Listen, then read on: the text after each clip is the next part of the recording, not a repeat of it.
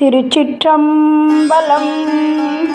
தினம் ஒரு திருமந்திரம்.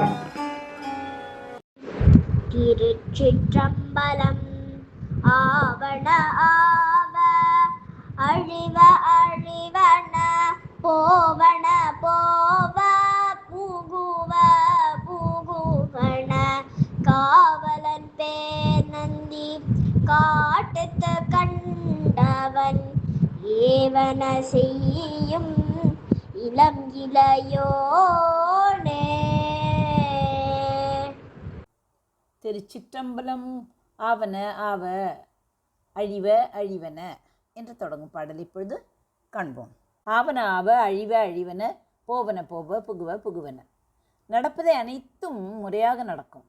அதாவது நடக்கிறதே எல்லாம் முறையாக நடக்கும். அழிய வேண்டியவை அனைத்தும் அழியும். நம்மை விட்டு நீங்க வேண்டியவை எல்லாம் நீங்கிவிடும். நம்மிடம் வந்து சேர வேண்டியவை வந்து சேர்ந்துவிடும். அதாவது உலகின் இயக்கமும் நம் வாழ்வின் இன்பத் துன்பங்களும் ஒரு குறிப்பிட்ட விதியின்படி கர்ம வினைப்படி நடக்கின்றன. காவலன் பேர் நந்தி காட்டித்து கண்டவன்.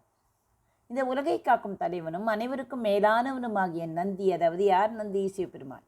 எதை எப்போது செய்ய வேண்டும் என்பதை நன்கு அறிந்திருக்கிறான். அவன் அனைத்தையும் கவனித்து கொண்டுதான் இருக்கிறான். ஏவன செய்யும் இடங்கிடையோனே. இறைவனிட்ட கட்டளையின்படியே அவனது ஆற்றல், அதாவது சக்தி அல்லது இளங்கிளை போன்ற ஆன்மாக்கள் அனைத்தும் செயல்படுகின்றன.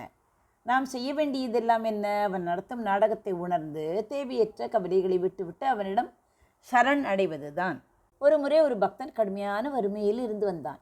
அவனுக்கு எப்போதுமே கடவுள் ஏன் எனக்கு மட்டுமே இவ்வளவு கஷ்டத்தை கொடுக்கிறான் என்ற ஆதங்கம் இருந்தது. ஒரு நாள் ஒரு ஞானியை சந்தித்து தன் குறையை கூறினான். அந்த ஞானி அவனிடம் ஒரு கல்லை கொடுத்தார். இதை எடுத்துக்கொண்டு சந்தைக்கு போ, ஆனால் இதை யாரிடமும் விற்காதே, இதன் விலையை மட்டும் கேட்டு வா என்றார். முதலில் ஒரு காய்கறி வியாபாரியிடம் அவன் காட்டினான். அவன் சொன்னான், இது நல்ல நிறமாக இருக்கிறது, இதற்கு பதிலாக 2 கிலோ கத்திரிக்காய் தருகிறேன் என்றான். பிறகு ஒரு துணி வியாபாரியிடம் காட்டினான். அவன் இதற்கு பதிலாக ஒரு பட்டு வேட்டி தருகிறேன் என்றான். இறுதியில் என்ன செய்தான்? ஒரு வைர வியாபாரியிடம் காட்டினான். அந்த கல்லை ஆராய்ந்து அந்த வியாபாரி வியந்து போய், இதன் மதிப்பு என் கடையை விற்றாலும் ஈடாகாதே, இது விலை மதிப்பற்ற மாணிக்கமாயிற்றே என்றான். திரும்பி வந்த பக்தனிடம் ஞானி சொன்னார், உன் வாழ்க்கையும் அந்த மாணிக்கம் போன்றதுதானப்பா. காய்கறி வியாபாரிக்கு அதன் மதிப்பு தெரியவில்லை, வைர வியாபாரிக்கு தெரிந்துவிட்டது. அதுபோல உன் வாழ்வில் எது எப்போது உன்னிடம் வர வேண்டும், எப்போது உன்னை விட்டு செல்ல வேண்டும் என்பதை அந்த காவலன், அதாவது இறைவன் இருக்கிறானே, அவன் அறிந்து கொள்வான். உன் கஷ்டங்கள் உன்னை செதுக்கவே வருகின்றன. எது ஆவதோ அது நிச்சயம் ஆகும். பக்தன் தெளிவடைந்தான். இறைவனின் ஆணைப்படி அனைத்தும் நடக்கும் என்பதை உணர்ந்து அமைதியானான். இந்த பாடல் திருமந்திரத்தில் அரக்கன் அறிவை அல்லது பதிப்பசு பாசம் போன்ற ஆழமான தத்துவங்களை விளக்கும் அதிகாரங்களில் ஒன்றாக கருதப்படுகிறது.